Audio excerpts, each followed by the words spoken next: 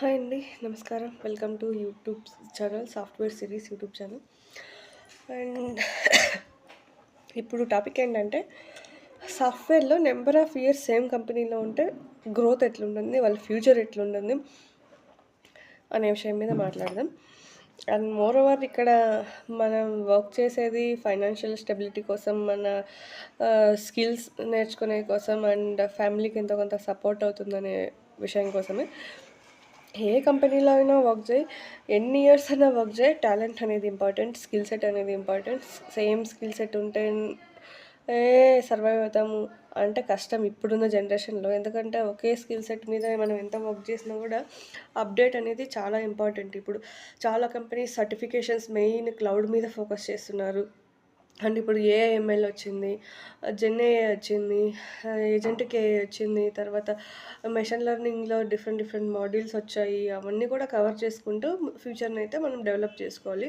And more over కొంతమంది comfort like వాళ్ళ skill set ఉన్న జాబ్ చేంజ్ అవ్వాలని అనుకోరు. ఎందుకంటే ఒక కంపెనీలో ఒక 5 ఇయర్స్ ఉన్నామనుకోండి, మనకి ఎండ్ టు ఎండ్ తెలిసిపోతుంది. ఆ కల్చర్ ఏంటి తెలిసిపోతుంది. మనకి ఎక్కడ ఏ యుఆర్ఎల్స్, ఎక్కడ ఏ లింక్ ప్రతీదీ తెలిసిపోతుంది.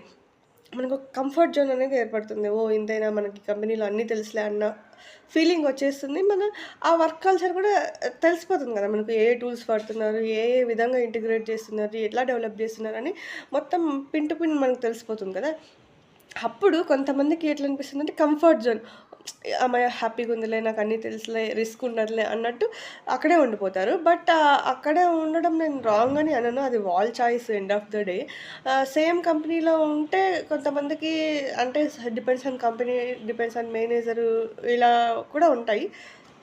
సాలరీ గ్రోత్ గాని, అట్లా ఇప్పుడు సేమ్ కంపెనీలో ఉంటే ప్రమోషన్స్ అట్లా వస్తే బానే ఇస్తారు. లేదు అనుకుంటే ఇయర్లీ వ బిలో సింగిల్ డిజిటే ఉంటాయి ప్రాబబ్లీ. మనకి అందరివి చూస్తుంటాం గదా!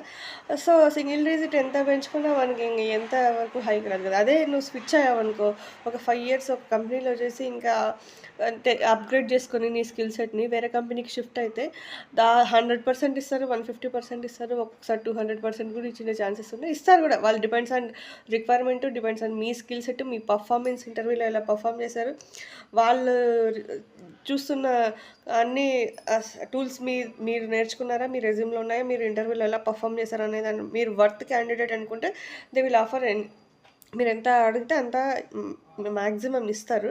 అది మన మీదనే డిపెండ్ అయి ఉంటుంది. సేమ్ కంపెనీలో ఉంటే కంఫర్ట్ జోన్ ఉంటుంది, సెక్యూరిటీ ఉంటుంది గానీ, ప్యాకేజెస్ విషయంలో అదే డిపెండ్స్ ఆన్ అగైన్ అదే వాళ్ళ కంపెనీ రూల్స్ ఎట్లుంటాయో దాన్ని బట్టే ఉంటుంది.